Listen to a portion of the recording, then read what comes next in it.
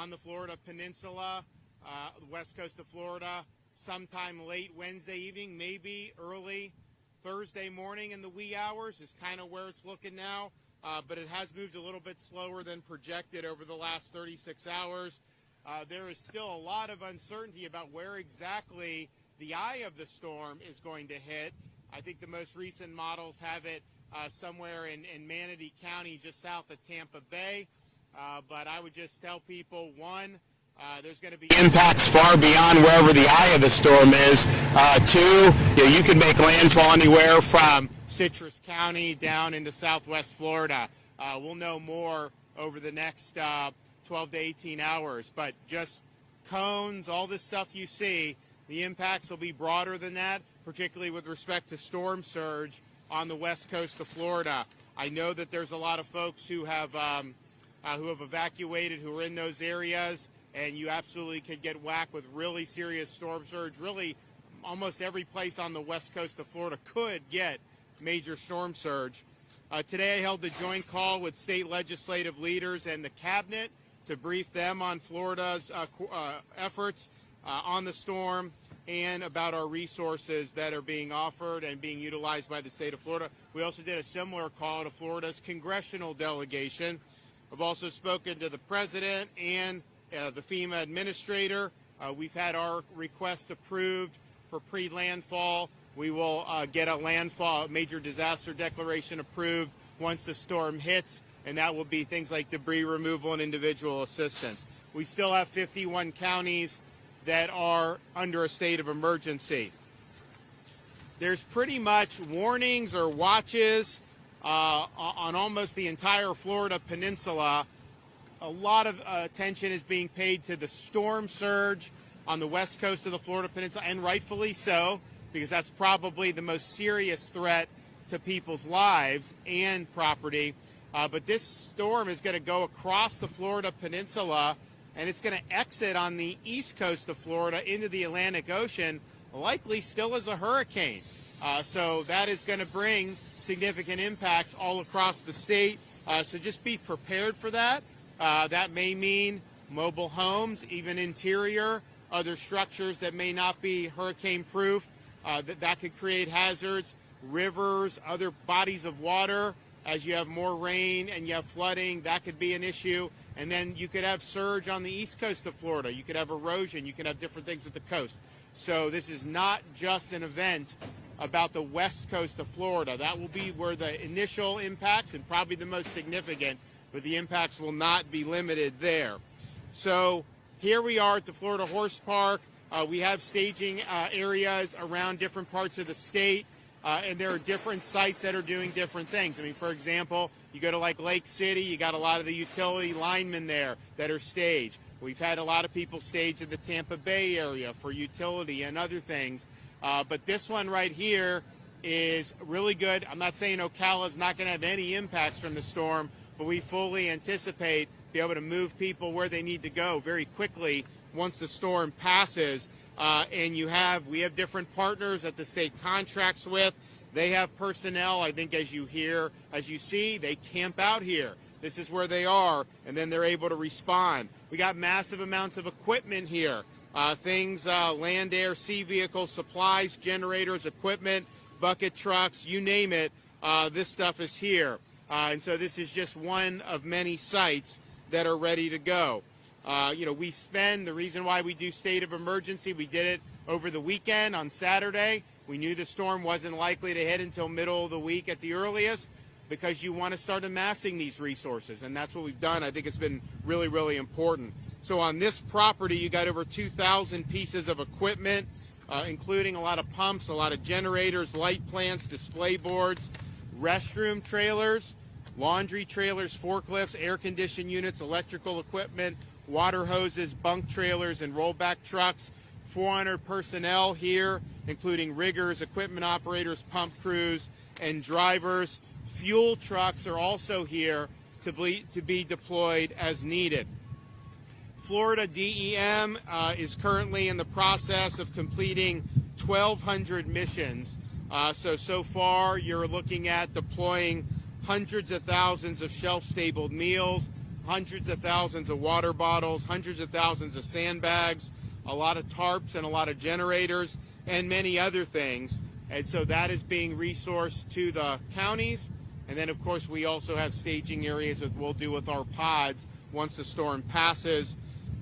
We have utilized flood protection devices in areas to protect against storm surge. We've now deployed more than 11,000 feet of those Tiger dams. That's really important to protect hospitals, wastewater facilities, and electrical infrastructures. Of course, we've been outfitting counties for years now with Starlink internet, so that's going to be available to be used as needed. In terms of fuel, we amassed a lot of fuel before this particular emergency. We actually had it for Helene, didn't really need to use it for that. We have 268,000 gallons of diesel, 110,000 gallons of regular gas on standby. That's just from the state. You still have the fuel at the ports that are being brought in. But then we also have another 1.2 million gallons of both diesel and gas that are currently en route to the state. Now, I know there's been a lot of lines at gas stations. You obviously have an inordinate demand for fuel, much more than would typically happen. What's happening is there's long lines, the gas stations run out of fuel, but the fuel supply is available. So then they ask for more fuel to be brought. And so what we're doing is we've authorized Florida highway patrols to escort with the siren so they get there quicker major fuel trucks. So we've had 43 fuel trucks that have already been escorted by Florida Highway Patrol to deliver fuel to stations, particularly in the anticipated impact area. We're also working with companies like Circle K, Gate, Racetrack, Wawa, Shell, and Walmart to ensure fuel trucks are working 24/7 to keep fuel delivered as it comes into our ports. There's no longer fuel coming into some of the West Coast ports like Tampa and Manatee, but they've got a lot of fuel there on dockside that is going to continue to be used. And I spoke with both ports of Tampa and Manatee today, and they've got a lot of fuel. So that's continuing to happen. And then fuel has been coming into East Coast ports. That's probably going to stop soon. Maybe it's already stopped now. But again, there's a lot of fuel that's on hand that can be brought out on the dockside, and that's what we're looking to continue to see happen. Debris removal from Hurricane Helene. I think most people know the counties and the cities, they have contracts for debris removal after a storm. There was not necessarily great job all around on some of the contractors in places like Manatee, Sarasota, Hillsborough counties. We saw this debris once it was clear there was going to be some type of storm this weekend. We decided to create a state support debris mission. And what we've done is we've mandated the landfills are open 24 hours. We had one county where they didn't have anyone there manning it. We opened it up forcibly, make sure that debris can be brought in. So that's Florida Department of Transportation. They've now deployed over 300 dump trucks so that work to remove debris 24/7, and they're going to continue to do it all day today and as long as they can tomorrow before we start to feel impacts from the onset of the storm. So as of this morning, Florida Department of Transportation has removed over 1,300 truckloads of debris in a little over 48 hours. That's a huge, huge amount. Now, there was issues, so the most debris was probably in the Pinellas County beaches. You also had Manatee, the barrier islands like Anna Maria, a lot of debris. That was our initial focus. Sarasota also had a lot of debris on their barrier islands, and I guess their contractor kind of left them holding the ball. So we've now surged over 100 FDOT vehicles between Manatee and Sarasota working to step in where the contractors left off. And we're going to continue doing that, again, all the way until it's no longer safe to do so. We've made a huge dent in this. The more debris we can get picked up, the less damage is going to happen, whether that's floating into the Gulf of Mexico, whether it's projectiles that go into other buildings. We have hundreds of state search and rescue personnel, a total of 26 teams embedded in potential impact sites along the West Coast to begin immediate rescue operations as soon as the storm passes, should the need arise. I know a lot of people have left, and hopefully there's not a need for a lot of rescues, but those personnel will be there if they need. We have 5,000 National Guard that are on duty. That'll expand to 8,000 very, very soon. We have a total of 34 search and rescue aircraft. We've gotten a lot of support from other states, and we thank them for that. We have 450 tactical vehicles, including 140 high-wheeled vehicles, aerial, water, and ground National Guard search and rescue teams. This is probably the largest National Guard mobilization in advance of a storm in Florida history. We also have the Florida State Guard, 10 maritime crews, 3 high-water UTVs, 2 UH-60 Blackhawks, 4 drone teams, 15 cut and toss crews, 2 amphibious rescue crews, and almost 200 Florida State Guard soldiers. Linemen and power restoration resources are being marshaled. We now have over 43,000 linemen who are being brought in from as far away as California, so we appreciate them for power restoration. We've also assisted with the evacuation of 300 healthcare facilities in the potential path of the storm. State veteran nursing homes that are currently located in the cone are accepting families of residents to shelter with them, as they are all built to withstand Cat 5 hurricane winds, and they're outside of flood zones.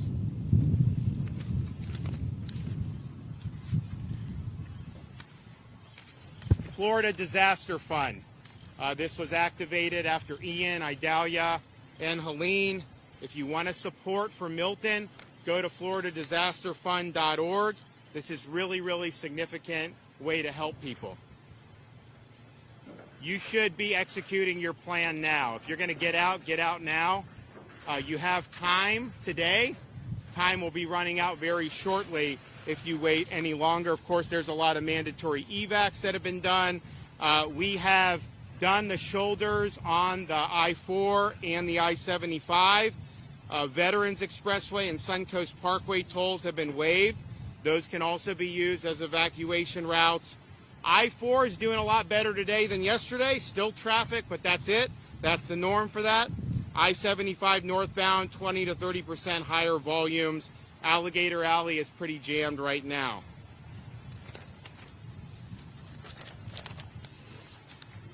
We have an unprecedented effort underway. I want to thank everyone that's been involved. It's not easy, especially when you've just responded to a Category 4 storm, Helene, to have it done. I know everybody's tired. Trust me, we get it. We're wearing out the Celsius at the state EOC, but what you're doing is important. Hang in there and let's get the job done. Okay, Kevin?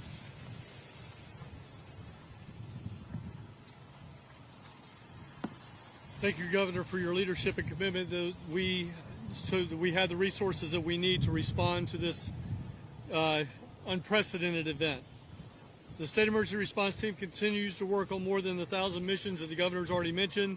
We will continue to fulfill these requests 24/7 as we prepare for landfall. Once the storm has passed, we have tens of thousands of resources staged and ready to deploy to the impacted communities as soon as it's safe to do so. Life-threatening storm surge is expected along Florida's west coast. Storm surge values shown in some areas could exceed 15 feet. Counties from Levy to Collier have ordered mandatory evacuations, and I urge you to heed those warnings if you're in one of those zones. By now, I hope you know whether if you live in an evacuation zone or not. But if you do not know, please go right now to floridadisaster.org/know and find out if you live in an evacuation zone. If you are in a mobile or a manufactured home or in a low-lying flood-prone area, it is never safe to stay in that situation. No matter what year it was built, you need to evacuate. Please remember, evacuating doesn't mean driving hundreds of miles. It means just driving tens of miles to the closest friend, family, or shelter nearest you. I want to reiterate that shelters are free. Nobody is going to charge you to go to a school, stay in a shelter, even one of the state shelters that the state of Florida has opened. Shelters are free. Please make sure you bring your pets with you. The state is going to open a series of shelters to supplement county shelters. Should the need arise, we will be ready to take the surge capacity. 2 of those shelters that we have already opened are Wiregrass Sports Complex in Wesley Chapel, Florida, and the Seminole Tribe Event Center in Tampa, Florida. I want to thank both of those private sector entities for their support in helping us protect Floridians. Evacuate today if you have been told to do so. If you have been asked to evacuate and you ask yourself, should I would ask you to ask the next question, is it worth the risk? As the governor said before, there are options to assist residents with evacuating. We have a shuttle system that the state of Florida provides. If you need a ride, you can certainly go to Lyft or Uber and put in Milton Relief. That's Milton Relief to get a free ride, or we'll send a bus to pick you up. That number is 1-800-729-3413. Power outages are expected with this storm. Widespread tree and foliage damage is expected with this storm. Right now is a great time to make sure all of your portable electronic devices are charged. Please make sure your supply kit has at least 7 days worth of food in it. Again, today is the day. Today is the day. Time is running out. You need to start to execute your plan. Please be sure to follow our agency on X and Instagram at FLSERT, that's at Florida CERT, and on Facebook at FDEM, as we continue to share important information in real time. Again, Governor DeSantis, thank you so much for your support. All right, thank you, Governor, for your leadership, and good afternoon. So FDOT has been hard at work, not only responding to Hurricane Helene, but also switching our focus to preparing for Hurricane Milton. A big part of that is the debris mission that was directed by Governor DeSantis. Hurricane Helene left a lot of debris behind. Governor asked state agencies, marshal all of your resources, bring your people, bring your equipment, get as much debris off the barrier islands as you possibly can before Hurricane Milton makes landfall. We've been hard at work. We've been working with the Department of Agriculture, the Florida State Guard, the Florida National Guard, Southwest Florida Water Management, and the Florida Highway Patrol to move this debris as quickly as possible.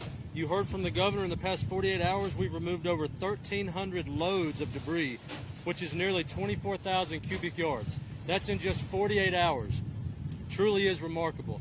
We're also putting in a lot of other efforts to prepare for this event. We do ask our local governments, local municipalities, counties, and their debris contractors and vendors. This is a 24/7 operation. Bring your resources to the table. Continue to move debris. The more debris we remove, the better off these communities are going to be. We have suspended tolls in Central and West Florida and also along Alligator Alley and 595 Express in South Florida to facilitate evacuations. Together, FDOT and the Florida Highway Patrol implemented emergency shoulder use along I-4 from Tampa to Orlando and also along I-75 from Tampa to I-10 in Columbia County. We have had very heavy traffic since we did that, but it did begin to relieve. Late last night, it began to return to normal. We have seen heavy traffic and congestion throughout the day. I-4 has returned to normal with the exception of our normal congestion areas. I-75 is still seeing 20 to 30% higher volumes. Alligator Alley today has seen significantly higher volumes. This is a good thing. People are evacuating. They're heeding the evacuation orders. We're going to continue to support that. We've expanded our Road Ranger Service Patrol. We're providing motorist aid, fuel for stranded motorists, and helping disabled vehicles get out of the travelway. You can still evacuate. There's still time. The window is closing. One thing I would like to say, please do not wait until the last minute. It can be very dangerous to drive with heavy rain and high winds. Every storm season we end up seeing traffic fatalities from people who wait to the last minute to leave. If you're wondering, should I evacuate, go ahead and evacuate while you still have time and get you and your family to safety. We're monitoring causeways and bridges on the West Coast, specifically in the Tampa Bay region. If you're planning to evacuate, keep in mind that at some point the bridges and causeways will have to close. When winds exceed 40 miles per hour and the wave impacts make travel unsafe, we will coordinate with Florida Highway Patrol and local law enforcement to close the bridges and causeways for travel. At some point, it will be unsafe for those troopers to remain in place, and they will have to go find safety. Please obey posted signage and barricades. If you choose to cross a bridge or a causeway that is closed, you are putting yourself and those with you in extreme danger. We have suspended construction on all of our construction projects statewide. We have removed all planned lane closures to facilitate evacuations, and we've also had a statewide call and coordination with our construction industry. They have offered all the resources they have and people they have to help us respond to this emergency. We are expecting significant widespread impacts, and we're going to be ready to effect any temporary emergency repairs that are needed as quickly as possible. We've staged 156 bridge inspectors around the forecast impacted area. We have 328 team members staged for cut and toss operations and over 1,500 pieces of heavy equipment ready to go. We will be pushing in right behind Hurricane Milton as it makes landfall, and we will push in behind it as it crosses the peninsula to fix and repair roads and clear roads so that the life safety mission can continue. We've been in close coordination with our seaports. Port Key West, Port Tampa Bay, Port St. Pete, Seaport Manatee are all closed on water side, but as the governor mentioned, they are still moving fuel on land side. Port of Fort Pierce, Port Palm Beach, Port Everglades, Port Miami, Jacksport, Port Canaveral are still open, but will be closing soon on water side. We've been in close coordination with all of our airports. For any suspensions, cancellations of flights, please get with your airline provider. For traffic information, up-to-date information, we have 10 regional traffic management centers across the entire state that work 24/7. We are updating FL511.com live. This is the source of information for traffic. If you need to know route, if you're getting ready to evacuate and need to know which route to take, go to FL511.com. You can view our traffic cameras live, you can plan your route, and you can get to safety efficiently. Remember, always follow the direction of local law enforcement and emergency personnel. Again, Governor, thank you for your leadership as we prepare. Well, we appreciate everybody that's been working hard. As I mentioned, there's been state of emergency now for over 2 weeks straight in terms of mobilization, preparation, response to one Category 4 storm, and now mobilization and response to another major hurricane. It's not easy. I know people have been working around the clock, not just with state government, but our local counties and cities, and then all the other partners that participate in this. But people are pushing forward. They're stepping up. I know some of our residents that just experienced hurricane damage from Helene are also fatigued. Just hang in there and do the right thing. Just let's get through this. We can do it together. And then on the other side of it, make sure everybody's safe, and we'll put the pieces back together. The state is strong. We're going to be able to weather it. Not going to be easy. We're going to suffer damage, but don't lose faith. It's a tough thing to do 2 storms in 2 weeks, but we'll get through it. Okay. Any questions? We're starting to see, Mr. Governor, we're starting to see some price gouging already at the gas stations. Is there a plan to try and prevent this, and what people should do? So the question's about what happens with the price gouging at gas stations. Attorney General Moody is on that. That's her purview. I know she's actively policing that. So if you do have examples of that, I know she'll want to follow up with that very quickly.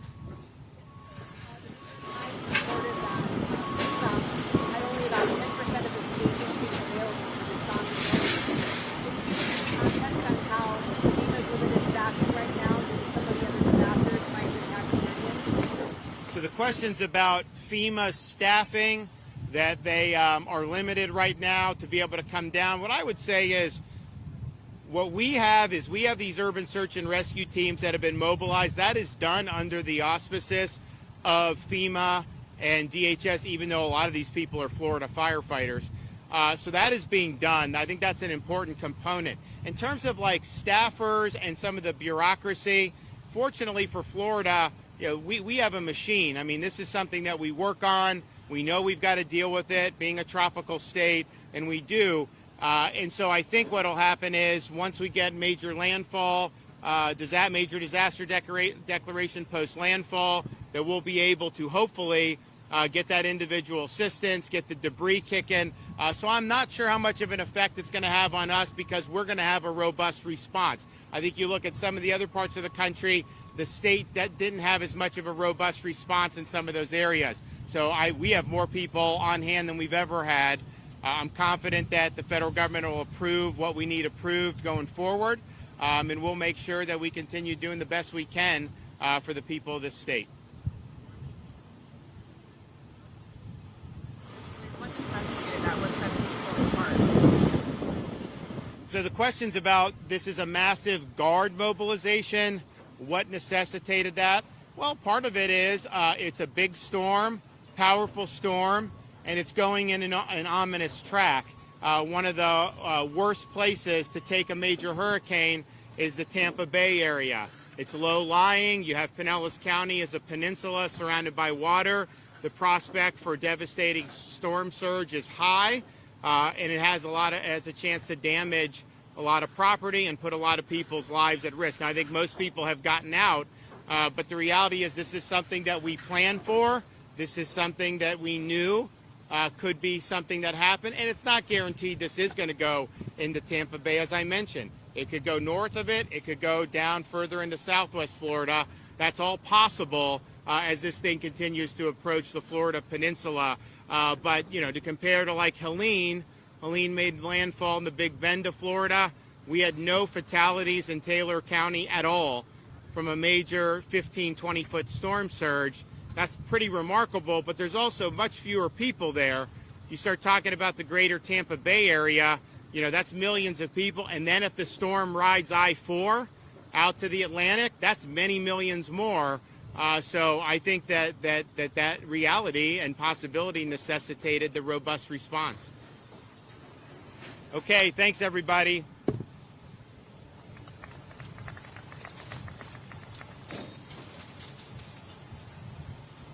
At Taco John's, you can expect one thing, so good.